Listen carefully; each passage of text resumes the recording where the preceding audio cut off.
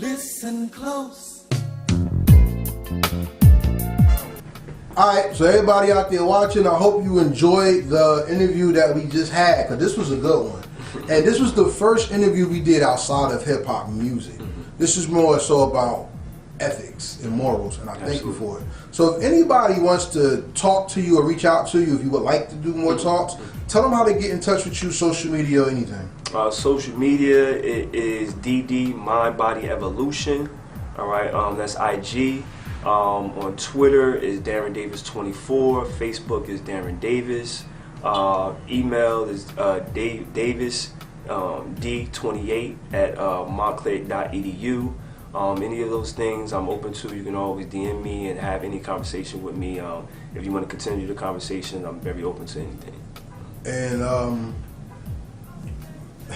my history with this young gentleman right here is we used to go to school together, you know what I'm saying? So when he tells you he was nice on that football field, I got to see it in person. So yes, he was nice. Appreciate it. Should say he is nice, because you never get worse, we get better in time. Absolutely. You know what I'm saying? So usually when I do these hip-hop interviews, I do a rapid fire. Now, I'm not going to truly ask you music-only related questions. I want to ask you something that gears towards what you do. Not even sports, but you can talk about it if it hits you, okay?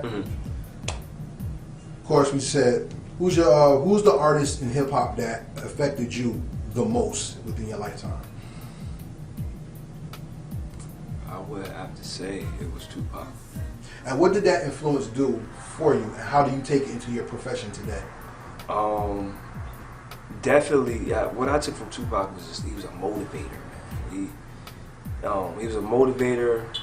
He spoke positively, but he spoke about truth.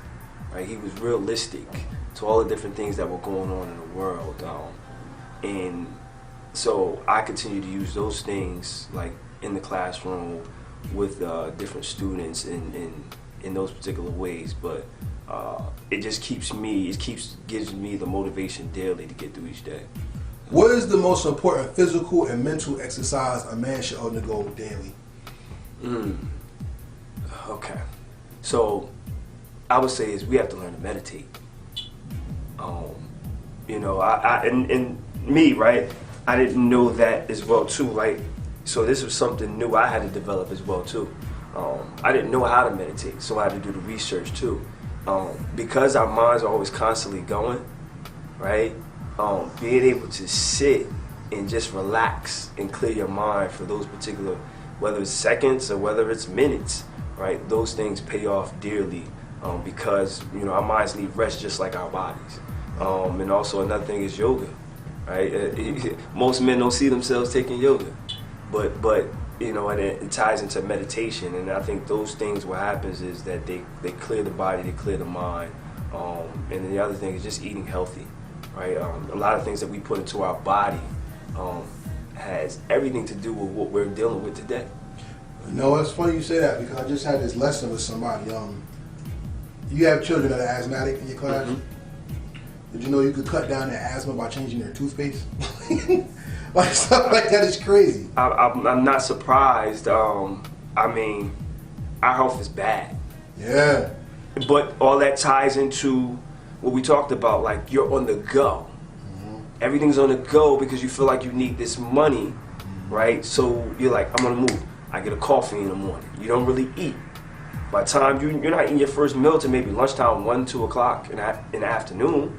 Then you come home, then you're stuffing yourself at dinner, and then, you know, so, and then maybe fast food.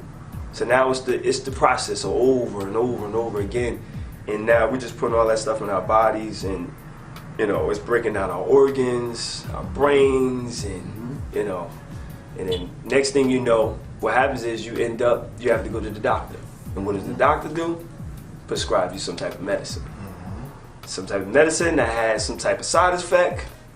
And where does that stuff end up? Damaging your brain and damaging your organs. So all these things are tied in together. And that medicine, aka drug, is the thing that's messing us up. And that's the same drugs that she put in our food and water. You know what I'm saying? Which is crazy. As an educator, what was your teachable moment that led you to believe that, yes, I can do this because I affected someone's life? What is your moment?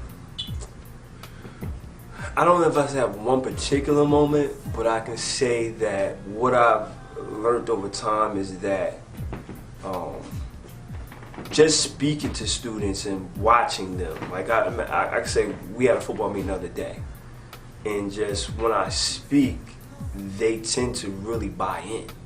Like the classroom stops and they pay attention. It's actually, to me, actually puts me in shock, and I can't believe sometimes that that you're able to have some type of effect on children or young adults. And so so those things have been pivotal moments for me, saying like, okay, whatever I'm doing, it is the right thing. And so I just want to make sure that I continue to do the right thing, continue to improve on myself to get better. That's dope. As a hip hop listener, what song turned your life around?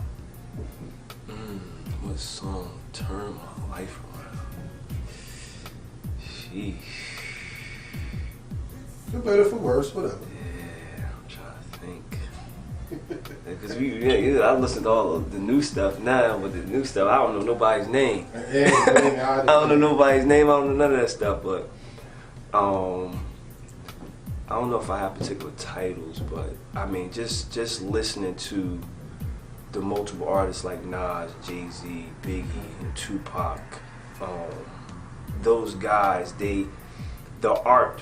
You know, it's talking about storytelling. Mm-hmm. I think that they were able to, they had a lot of content behind their music, and those things that, you know, they would get your day started. You know, so you never know what kind of funk you would be in or how you were feeling. But all you had to do is turn that on. You know, a Nas song, you turn on a Jay-Z song or a Biggie song or a Tupac song, and those things will get you throughout the day. And so, you know, I love listening to that stuff up to the day, but, you know, I don't know if I have one particular song, just those particular artists were very influential. Okay. Video killed the radio star. Internet killed the industry. What would kill today's traditional American educational system and take it to the next level?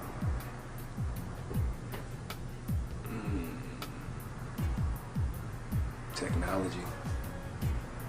So the world is going to touch-based technological response systems. Mm-hmm. Yeah, our education system is built into factory time slide learning. Mm-hmm. How do we fix that? I think we went away from a lot of those schools that built tech and the vocational schools.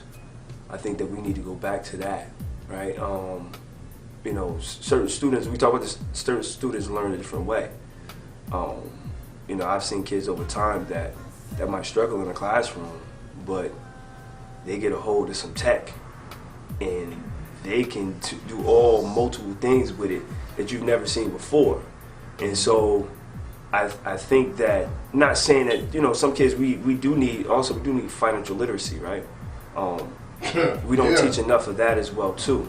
So, but I think that, you know, we're teaching that, but allowing them, like we talk about, they give them that platform. If a kid is good at this, good at tech, and he can build something, or he has a way to navigate and he knows how to market himself and put himself on the right platform, allow him to do that. Mm-hmm. And I think those are the things that we need to steer our way back to as well too. Okay. Best book you read that influenced your life? It's two books, right? Total 5 love languages. Oh, great book! Love that book. Is it Rex Chapman? I think it's Rex Chapman. I think that's the best book. The 5 love languages, man. I mean, that has helped me learn who I am as an individual. Has helped me to deal with the children. Has also been through my relationships as well too. And it's helped me to become a better man, right? And so we say this, right? Most people are not constantly in tune with themselves, right? And I think that when you become constantly in tune with yourself, then you reach another level. And you'll reach a level of success. And those things will never be ever taken away from you. And then you can create many, many different relationships throughout your lifetime once you're able to be conscious of yourself. Second book? You said 2. I did say 2. I cannot think of the name of the book right now. So you got me on the spot with that one. I can't think of it right now. Let's come back to it if you want. Yeah.